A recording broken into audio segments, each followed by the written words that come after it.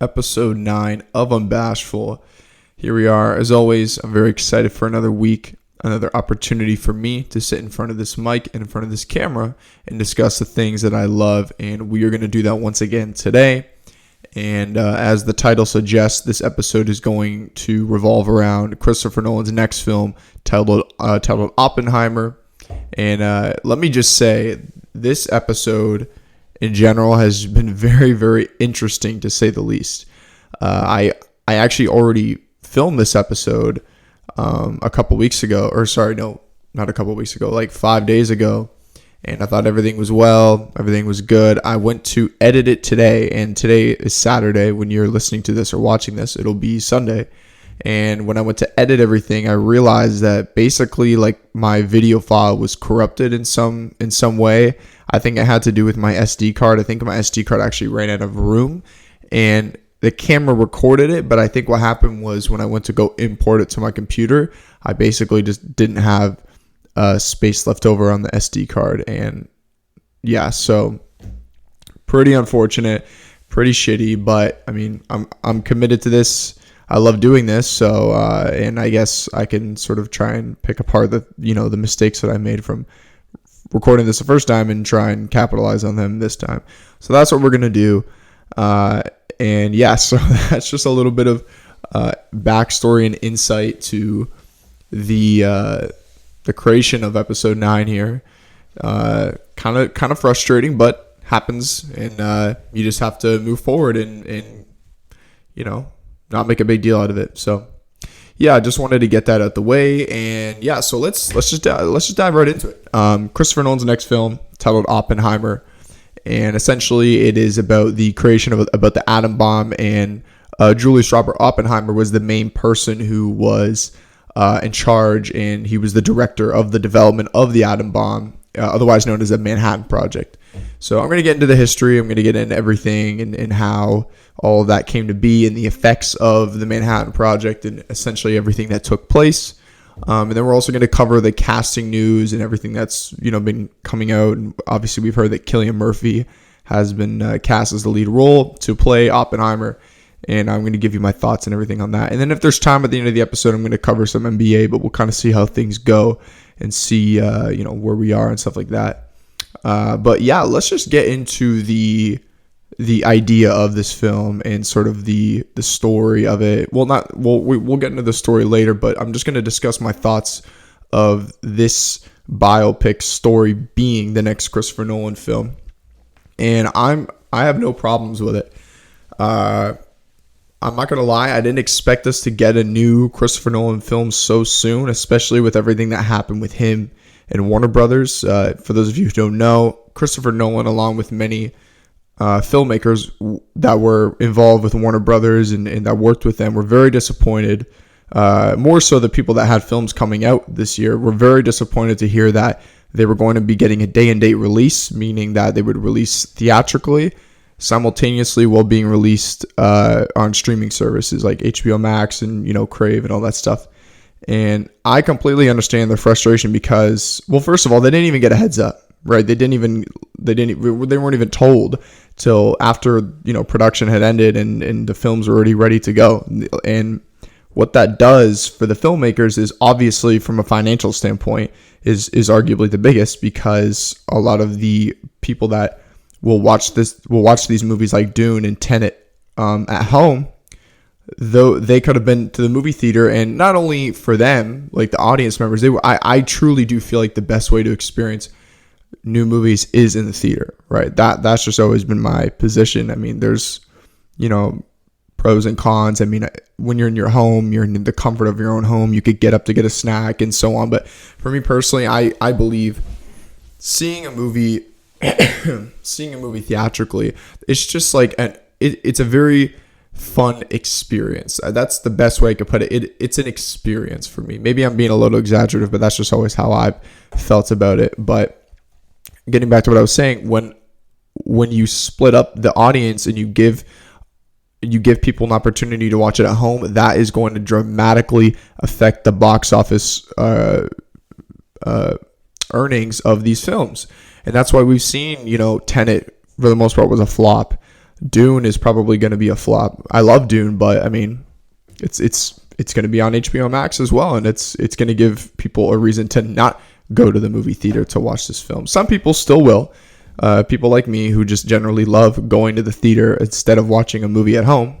They will still go to the theater, but there's going to be a large portion of the audience that will rather stay home and watch it on HBO Max, which is pretty unfortunate. But I mean, hey, it is what it is. It's good for the streaming service, but for the filmmakers and like Christopher Nolan and the cast and the crew, it's going to dramatically affect like the box office and the money they make, and not only the money they make, but it also could hurt the chances of the film getting a sequel. Because if the film doesn't perform well at the box office, then the studios that finance a film are going to be like, well, why should we greenlight a sequel if this film could barely even break even to the budget that we gave you to make this film in the first place? And it's really unfortunate because there's a lot of fantastic films that might never see the light of day in terms of a sequel because of their flops at the box office. And a prime example of that this year was Suicide Squad with James Gunn.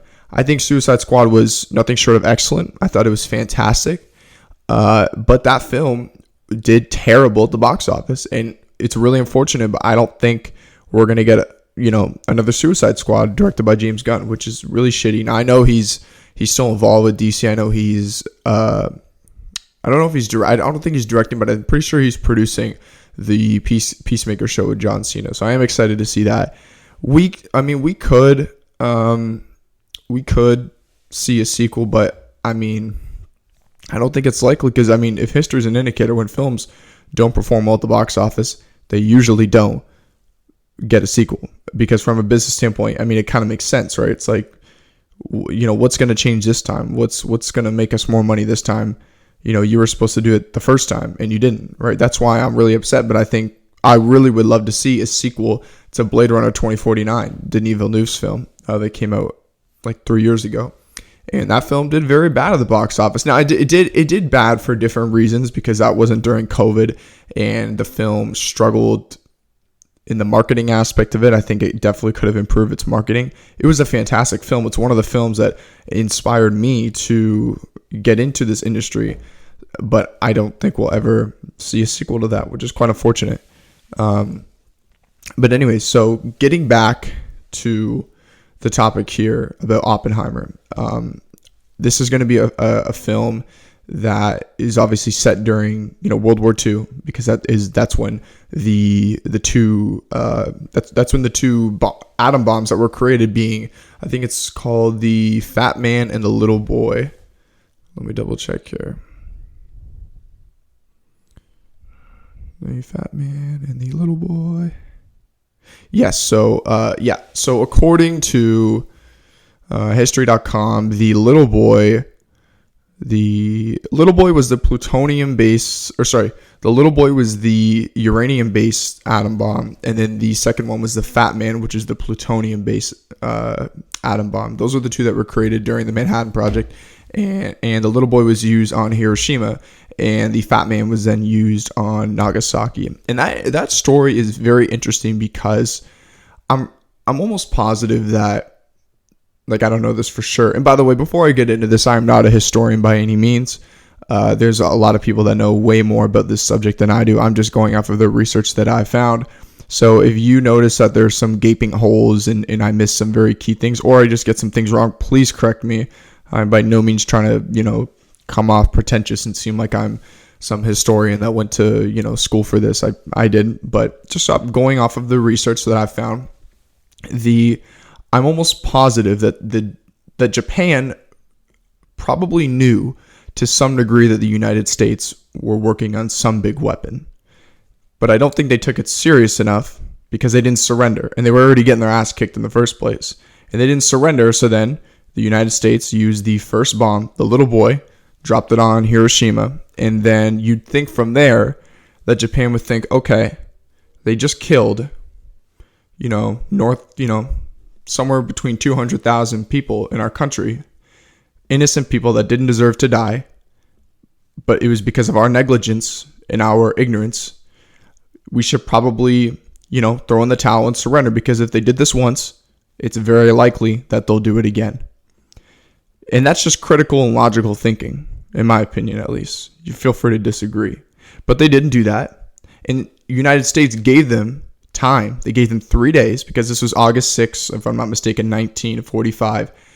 And shortly after, 3 days later, that's when the second bomb, the Fat Man, was dropped on Nagasaki, because Japan didn't surrender. I don't know if pride got in the way or whatever the case, but they didn't surrender. And the United States, they gave them, 3 days, and they didn't do it. So then finally they dropped the second one, killed a lot more people, a lot more casualties. Unfortunately, a lot of innocent people died because of that. And finally, Japan wised up and they said, okay, we hear you now, and we're going to throw in the towel. So that is essentially, to put the Manhattan Project in a nutshell, that was sort of what all their work amalgamated to, in terms of like a highlight of what it was used for, right? It was used for Hiroshima and Nagasaki, which essentially ended that part of the war. I mean, this was all 1945, so the war was coming to an end anyway. It was the final year of World War II, but that really put a stamp on it with those two, destructions of those cities.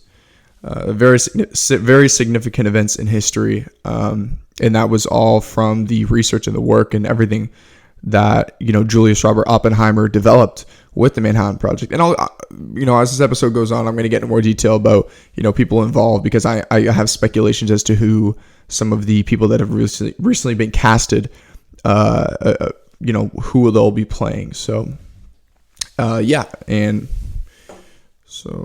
I know a lot of you are asking, a lot of you probably aren't familiar with anything that I'm talking about, so I'm going to give you a little bit of backstory. So, first of all, you're probably wondering, who is Julius Robert Oppenheimer? And I've already talked about it briefly, but I'm going to read a quote from a website called Atomic Heritage Foundation. They put it really, really well. They said, J. Robert Oppenheimer, who was born 1904 to 1967, was an American theoretical physicist. During the Manhattan Project, Oppenheimer was the director of the Los Alamos Laboratory and responsible for the research and design of the atomic bomb. He is often known as the father of the atomic bomb.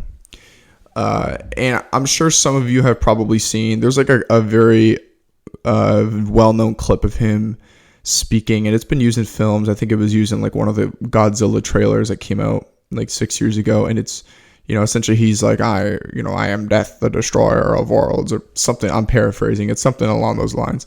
If you've seen that video, that is Julius Robert Oppenheimer, and very, very smart man. And yeah, so he, like I said, he is the man.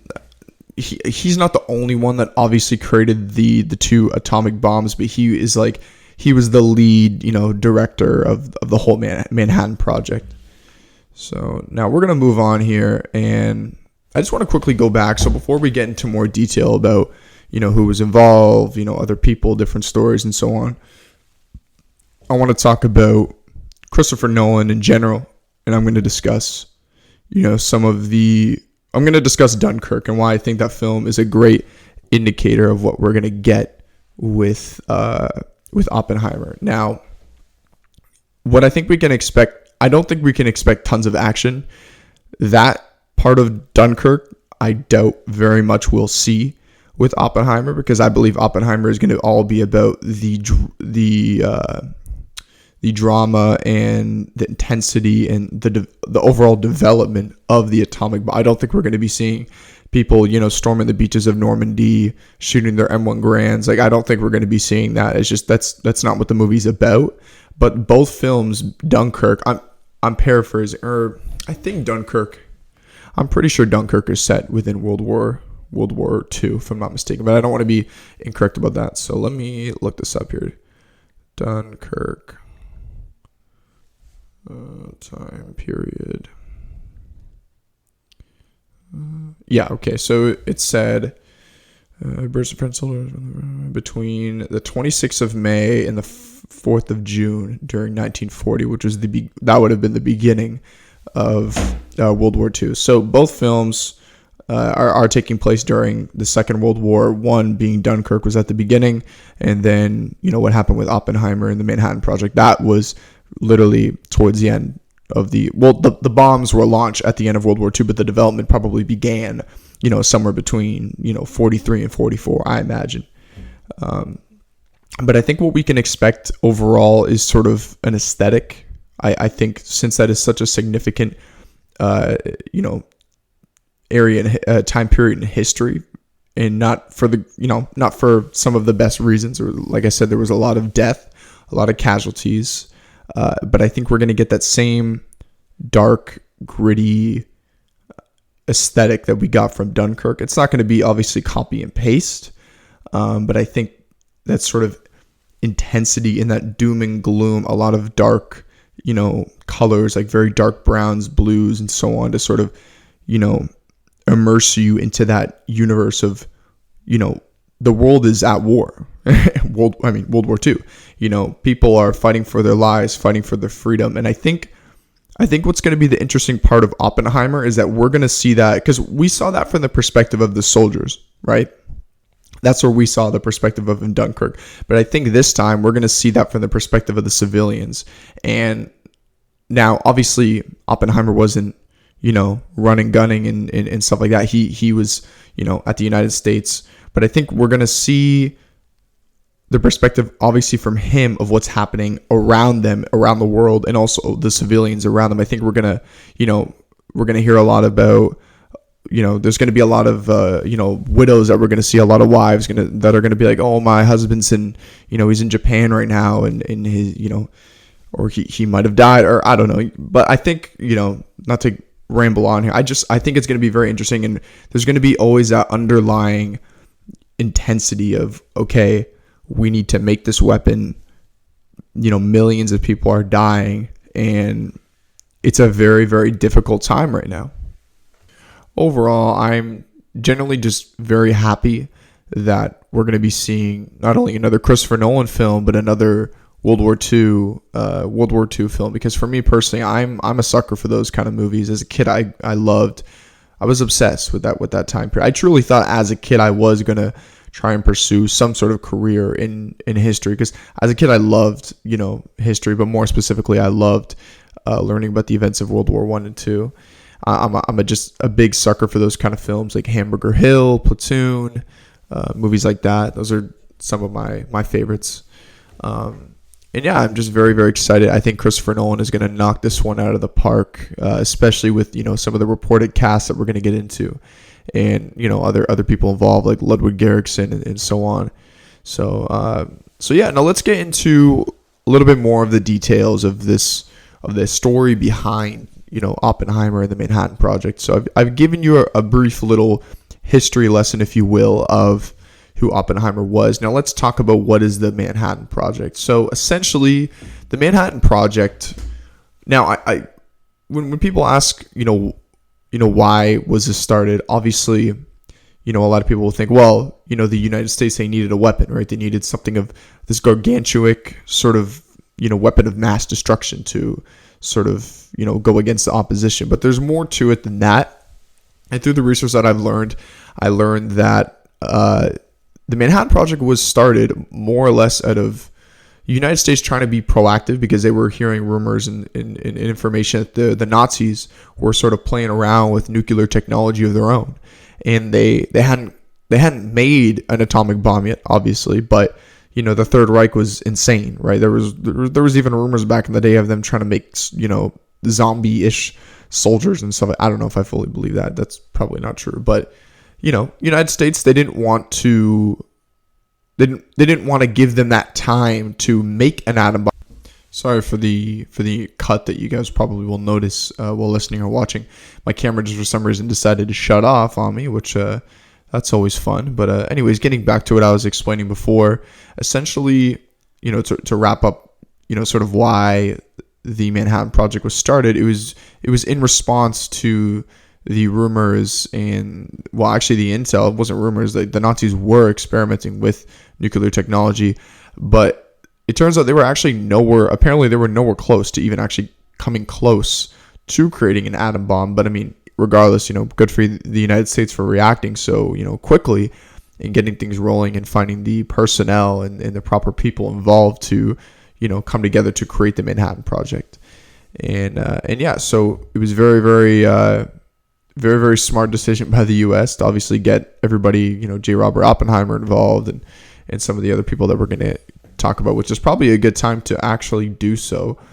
But first before we get into them, I'm going to discuss the people that are involved with this film. So just starting off, I got a list here on my phone. Obviously, we have Christopher Nolan.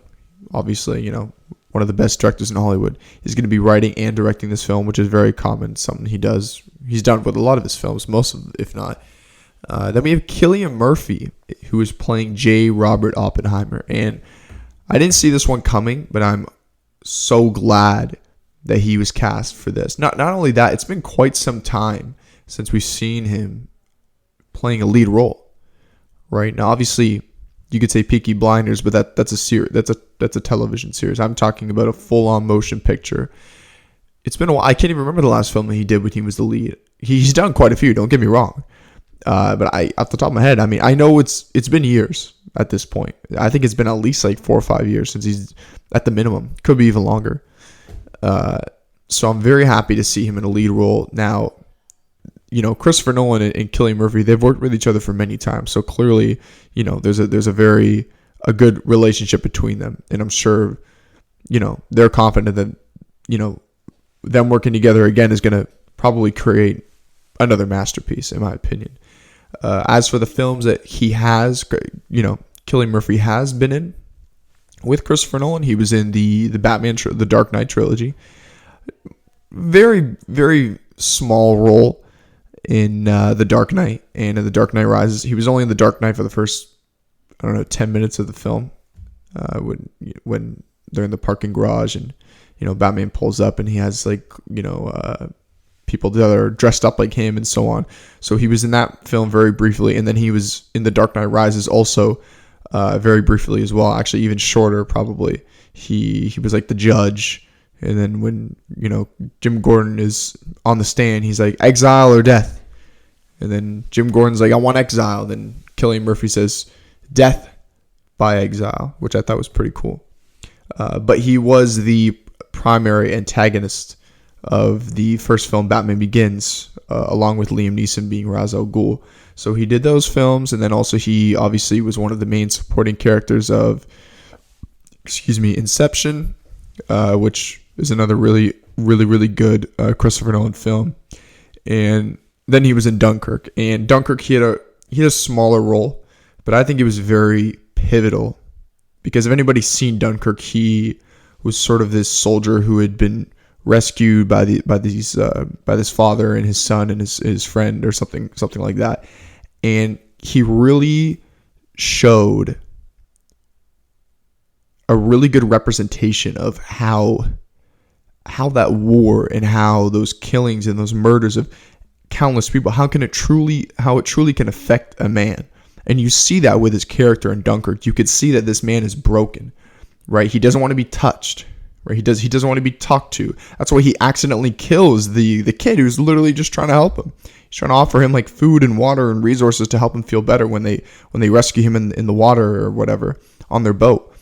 But he's so just shaken. He because he was just in a battle. People were trying to take his life. So he's not used to seeing people trying to help him. And that is one of the most unfortunate things about war is it really breaks people and it really changes them. And we saw that. I don't even think his character had a name in the movie. He was just this soldier that was, luckily rescued by these people, and he was just torn because of everything that's been going on around him, right? And I think that would tear anybody, right? So, to be honest with you, that's from a pure acting standpoint, right? That is probably my favorite performance of his out of the Christopher Nolan films. I'm not saying period, although it is one of his best in my opinion. He's done very, very good films.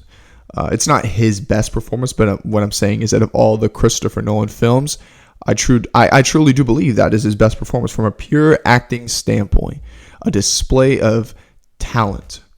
That, in my opinion, is the best, in my personal favorite, Killian Murphy, Christopher Nolan performance. Now, obviously, we're not going to be seeing that. We're not going to be seeing a man who's broken and who's just in shell shock. Essentially, we're going to be seeing a genius, right? A guy, a theoretical physicist. That's who he's going to be playing, which is J. Robert Oppenheimer. So that's Killian Murphy. He's playing the lead. Moving on, this casting news only happened a couple days ago. This news that I'm about to get into. So we have Robert Downey Jr. Then we have Matt Damon, and then we have Emily Blunt. Now, it's been confirmed that Emily Blunt is going to be playing J. Robert Oppenheimer's wife, which I didn't know. When I first filmed this podcast, I was saying, which I'm glad I learned about, because when I first shot this podcast, I mentioned, I don't really know who she's playing. I looked up women of significance that were involved in the project, and I couldn't really find any names. So I'm glad that I found out that she is going to be playing his wife, so that we know. But with Robert Downey Jr. and Matt Damon, that remains to be seen. The public, obviously everybody involved in the film, including them, know who they are. But as for, the public and the general audience, nobody knows yet. It hasn't been reported as far as I'm concerned. But I was doing some research of some other, key people that were involved, and there was many. So it's very hard. Now, I'm just speculating at this point. I don't know. I could be completely wrong, or I could be dead right. I guess we'll have to wait to find out. But who I think that Robert Downey Jr. is going to be playing is a man named Edward Teller. Edward Teller, similar to Oppenheimer, he was also a theoretical physicist, and he was heavily involved in the hydrogen bomb. And he was also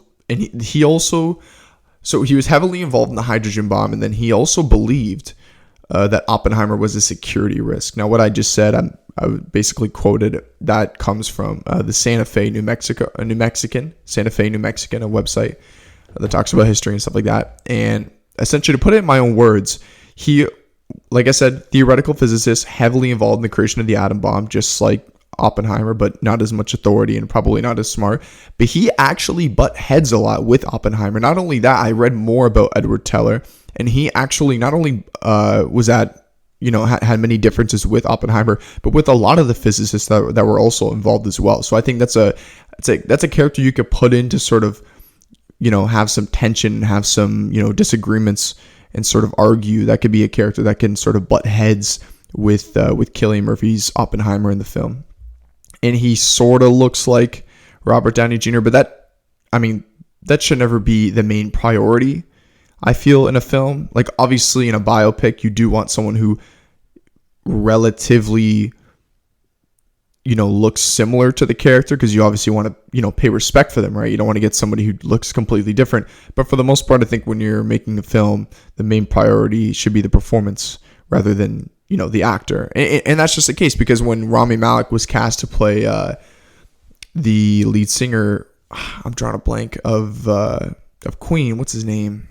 Freddie Mercury. When he was cast to play Freddie Mercury, a lot of the people on the internet were making a big deal saying he looks nothing like him. And then when the film came out, and obviously the outfits and things like that, I think he ended up looking a lot like what Freddie Mercury actually looked like. Holy shit, I'm stuttering. It's probably a good time to take a sip of some water. That's the thing about making these podcasts, that I will say I get so thirsty after, because I mean, other than shooting a podcast, I don't ever talk this much, period. So it's definitely, I love doing it, but that's one thing that can be very taxing sometimes, is the amount of, thirst I get during these episodes. And I mean, in this case, I have, glass of water with me, but in some cases I have to pause and, guzzle back a couple of glasses and then, recharge and rewind. But anyways, getting back to Robert Downey Jr. So, like I was saying, I think he kind of looks like Edward Teller, but not like a full-on mirror version of him. But I do think that could be the potential character that Robert Downey Jr. is playing. for this film. So that being Edward Teller. Next, we have Matt Damon. And like I said, just like Robert Downey Jr., this is pure speculation as to who I think his character will be. But off of my research, I believe that Matt Damon will be playing... now, I say character, but these are obviously real people. But I think that the person that he is going to be portraying, I believe, is Leslie Groves. Now, Leslie Groves was actually the original director. Now, before I mention this, once again, this information comes from the Santa Fe, New Mexican website. And according to them, that Leslie Groves was actually the original director of the Manhattan Project. He was in charge of the production, the construction, and the security of the site where they were working on the atom bomb. I'm paraphrasing, but that was in Los Alamos. That's where the main sort of area where they were working on it. He was in charge of essentially everything for the beginning of it, the whole bomb site in Los Alamos. But then eventually he actually appointed Oppenheimer to be the lead to lead the project of the Manhattan Project for the bomb site at Los Alamos. So he's a character with a lot of authority, and he kind of looks like Matt Damon. Now, I don't want to, like I said, I don't want to put a big emphasis on looks and stuff like that, because when a film is being made, there's lots of things you could do to make a character look like somebody else. I mean, we see that all the time, right? I mean, look at the new Batman film coming out. I don't think anybody really knew that Penguin. Now, obviously, Penguin's not a real character; he's a fictional character, but everybody kind of knows what Penguin looks like, right? Big dude, the nose, and so on. And they chose. I always draw blanks when I'm shooting this podcast. I always have notes, but let me see. So Penguin, I'm getting off track here. I'm talking about, Oppenheimer, Manhattan Project, and then I moved to the Batman. But let me see here. The Batman cast 2021. So Colin Farrell, there it is. Yeah, Colin Farrell is playing Penguin. For those of you who didn't know, it took me a while to find out, because off the first trailer, I was like, I couldn't tell who was playing Penguin in the Batman, and it turns out it's Colin Farrell. So that just goes to show the aesthetics and the face construction that these big budget films are capable of pulling off. So like I said, with that being said, going back to Oppenheimer here, I don't think the actors have to look exactly like the people that they're performing. So like I said, just to repeat my point earlier, I believe that Matt Damon will be playing Leslie Groves, and then obviously, like I said, Emily Blunt, who's going to be playing the wife of Oppenheimer. And as for release date, this film is going to be coming out July 23rd. Now, as I mentioned earlier, I'm pretty surprised that I'm happy. I'm happy we're getting a film, another Christopher Nolan film, so soon. Now, a lot of people could say, oh, that's a far away, 2023. I'm telling you, 2023 will come faster than you can think, right? We're going to wake up tomorrow. Obviously, I'm speaking exaggeratively here, but we're going to wake up and it's going to be 2023, right? So it'll come very, very fast. To be honest, I didn't expect to see another Christopher, or even hear about another Christopher Nolan film, probably till 2023. That's when I would have expected to actually start hearing news, and then production for his new film.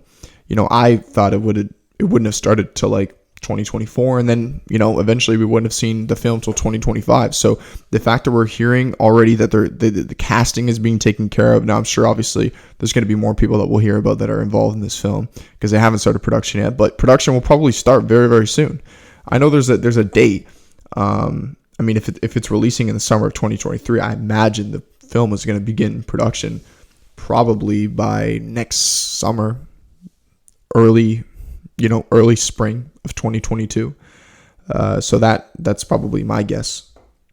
And then I mentioned this earlier as well, Ludwig Göransson is composing, and Hoyt van Hoytema, I really apologize if I butcher that pronunciation, but him and Ludwig Göransson, they both worked on Tenet, and I love the cinematography in Tenet, and I loved the the soundtrack of Tenet. I think Tenet has one of the best soundtracks I've ever heard. I still listen to it to this day. It's incredible. It really gets me pumped. I listen to it when I work out and play basketball and stuff like that. So I'm really, really glad they're returning.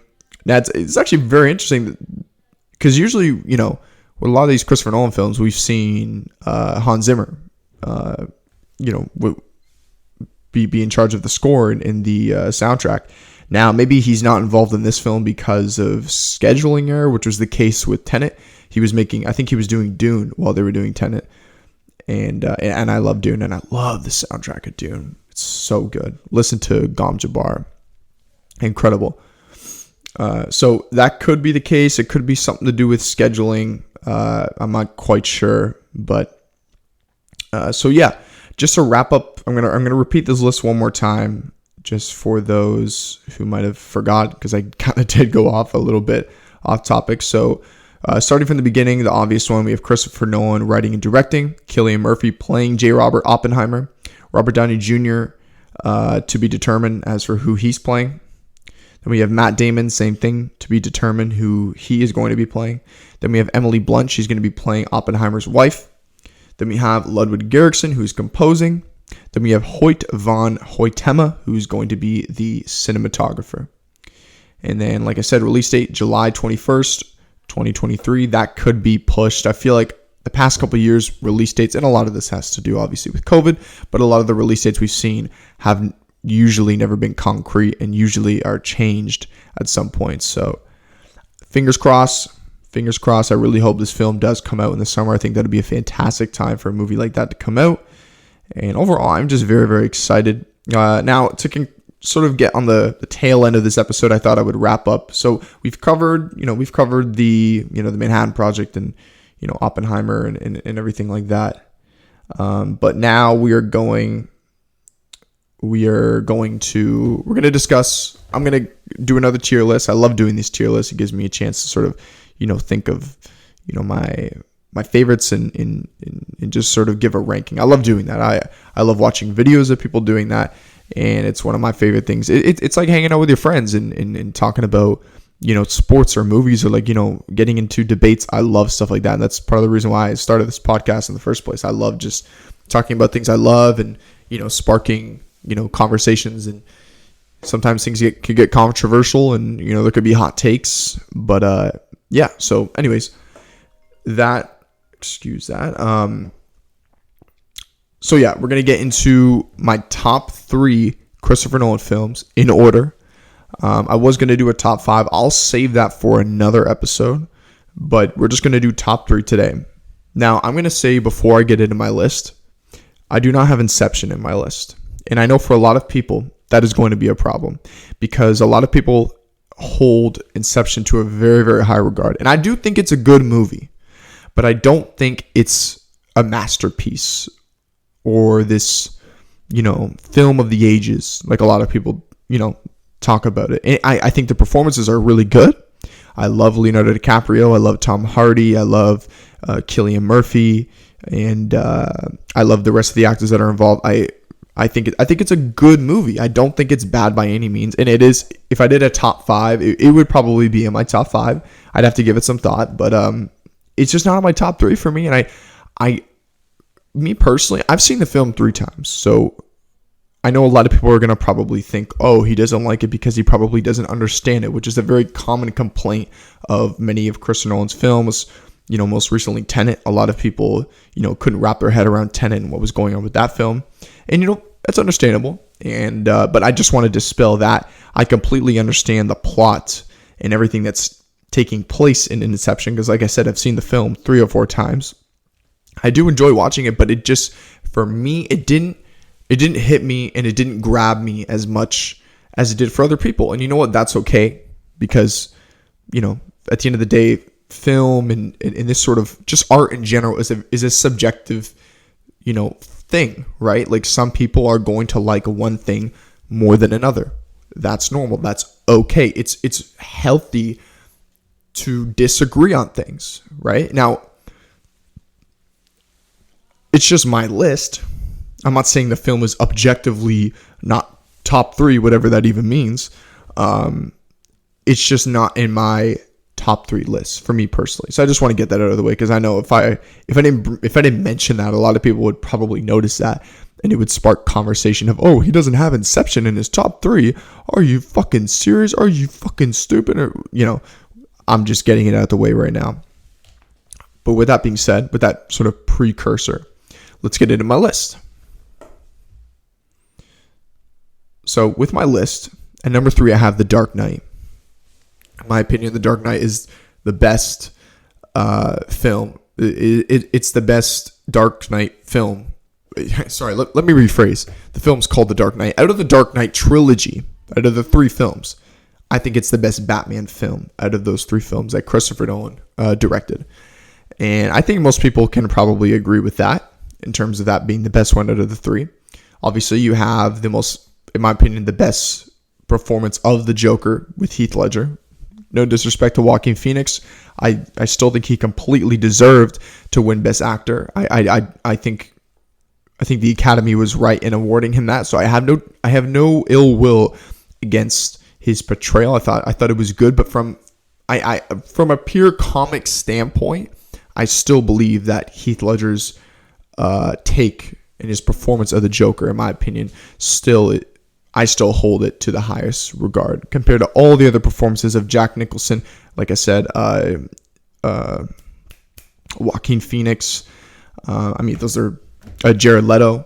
I think Heath Ledger still has portrayed that character the best in a live action standpoint. A lot of people are going to be like, Mark Hamill. And yes, I understand there's a lot of people that love the animated films, and I do too. I watched them a lot as a kid.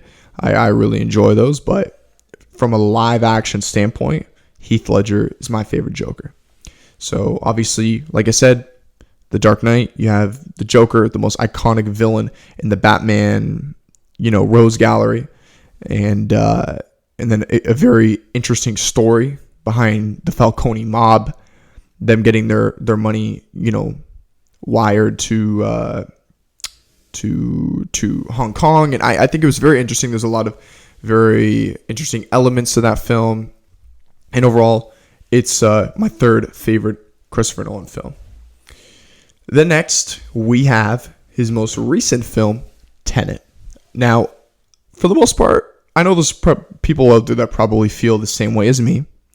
But for the most part, I think majority of people don't enjoy Tenet as much as I do, because I think Tenet is an exceptional film. I think it's incredible. Yeah, Tenet is incredible. And I had already obviously heard of John David Washington, but that film really kind of showed me his acting chops, if you will, his capabilities as a performer. And I think his sort of career is very interesting. Now, obviously, everybody knows he's the son of one of the greatest actors of all time, Denzel Washington.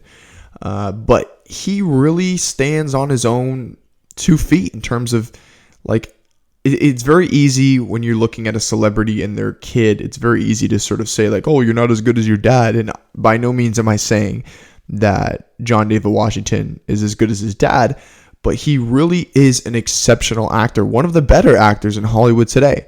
And I think Tenet was a prime example of that. And ever since I saw Tenet, I was just, very interested to see what he would do next. And then Malcolm Marie came out, and a lot of people didn't really like that. A lot of people didn't enjoy that movie with him and Zendaya. I love that film. In fact, that film made me cry. I'll just come out straight up and say, I don't care.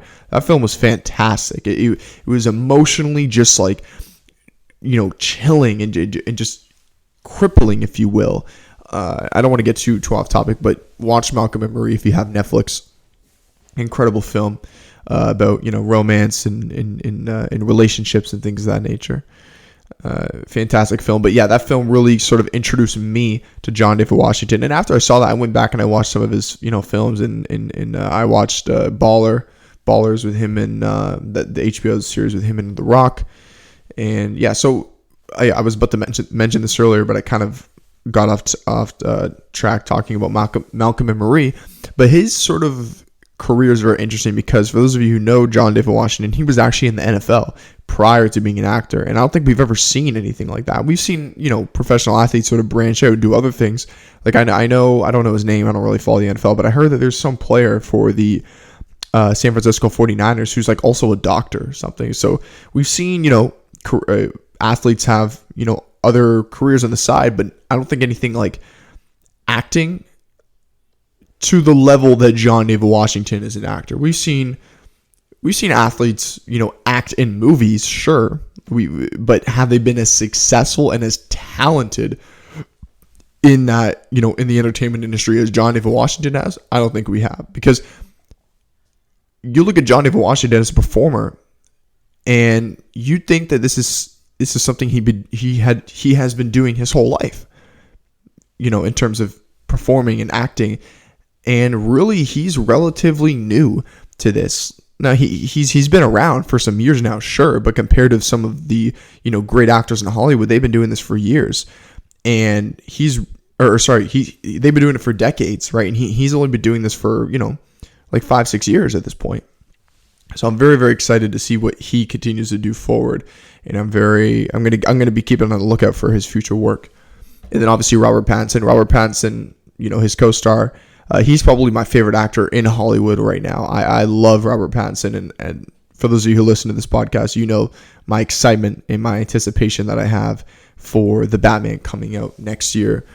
And I love Robert Pattinson, and I love, pretty much the films. I love the films that he's done, and the indie art house films that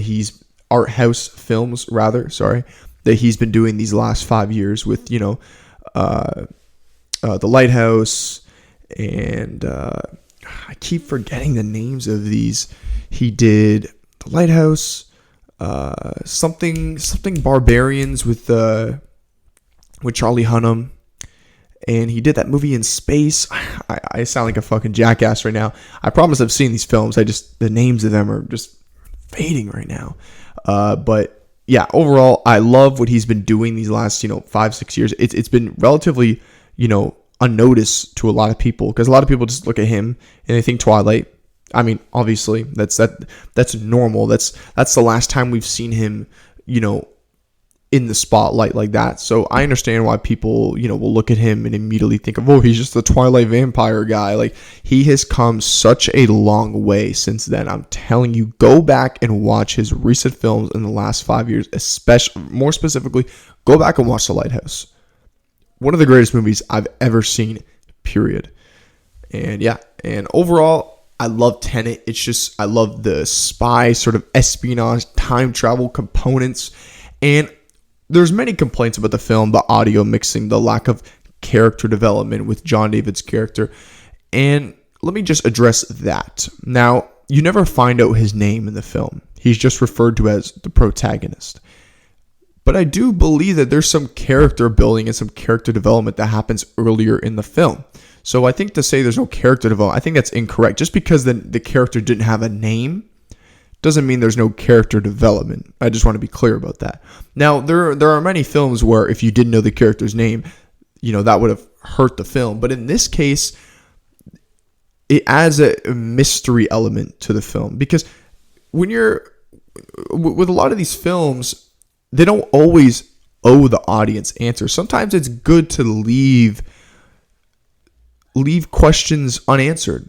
It sort of leaves the audience to interpret it themselves. There's a lot of films that have done this before. A film I just watched recently for like the 9th time, it does this in the ending with Shutter Island, right? For spoilers, I'm going to talk about the ending for a sec. But at the end of Shutter Island, Leonardo DiCaprio's character essentially relapses, if you will, because the whole idea of the film is that he's doing this sort of like role play to help him forget, what the tragedies that have happened in his life, with his wife killing his kids and then him killing his wife. He's created this fictional life that he lives out to sort of suppress those tragedies that happen. And he's the doctors, they call it a loop in the film. You do this for like a whole year, and then you come back to reality shortly, You admit to who you are, you admit to what you've done and what has happened to you, and then you just go back to this fake character and you pretend like you don't know any of this stuff. But then at the end of the film, he looks at Mark Ruffalo's character who's his psychiatrist, and he calls him Chuck again. And in the movie, the psychiatrist is pretending to be his partner, his deputy marshal partner. And he looks at him, he's like, we got to get off this rock, Chuck. And then obviously at that point, Mark Ruffalo's character, what's his name? I'm just going to refer to him as the psychiatrist. The psychiatrist looks over and he sort of shakes his head like, it didn't work.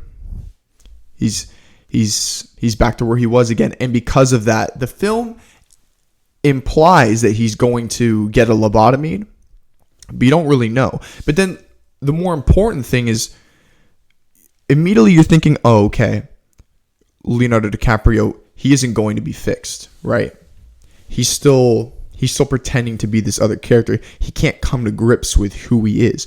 But then he says a line to Mark Ruffalo that changes things, and that leaves that ending with questions that you need to, that you can ask yourself as an audience member. He says, I'm paraphrasing, but I think he says something along the lines of, Chuck, would you either want to die or want to live live as a monster, or die as a good man?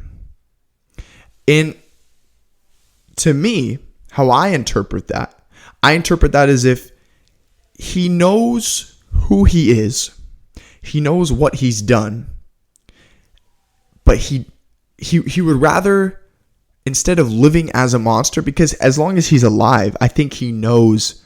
I think he's always going to know his true self and his past and his that's always going to stay with him. And obviously he killed his wife because his wife killed his kids, right? And so would he rather live with that and live as a monster, or die as a good man, die getting the lobotomy that's being implied in the film? Would he rather die playing this fictional character that he created, being Teddy Daniels? That's sort of how I interpret that. But once again, that's a prime example of films sort of leaving the audience with questions rather than answers. So I think it made the film better for me, going back to Tenet, circling back to Tenet now. I think it was very interesting that he was just referred to as the protagonist. Now, not all the characters in this film were nameless. Robert Pattinson's character's name was Neil, and yeah. So, and then Sator was the antagonist of this film. So I think, basically, to make a long story short, to make my point here, I think films shouldn't always do this, but I do believe sometimes it benefits films when they leave things up for interpretation.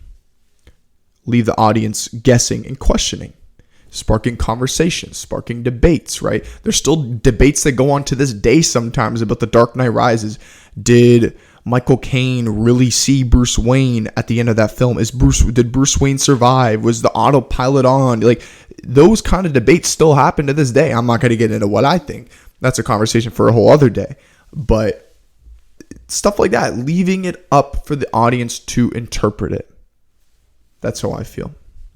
But anyways, guys, I think that is going to be the time today. I think we're going to wrap up episode 9. Just to give you guys a slight preview, I do have an episode planned with one of my former high school friends, and he's very passionate. He's very passionate about Tesla and very passionate about the environment. And we're going to discuss some climate change and stuff like that. And we're going to get into some other things. Now, if life gets in the way and something happens with either, me or him, and we can't, find a time that works for the both of us, I do have an alternative plan in terms of podcast content. So don't worry, there's going to be a podcast regardless next week, but I do plan on having him on the podcast for episode 10. And it's going to be more of an interview. Like, obviously I know him, he's a friend of mine and stuff like that, but I'm going to ask him a lot of questions. He's a very, very smart man. And I'm excited to sit down with him and have that conversation next week if everything goes according to plan. So I think that's going to wrap up episode 9 of Unbashful. If you guys enjoyed, please leave a like and a comment, and let me know how you felt. And as always, I want to thank you guys for listening and watching, and I will see you on episode 10.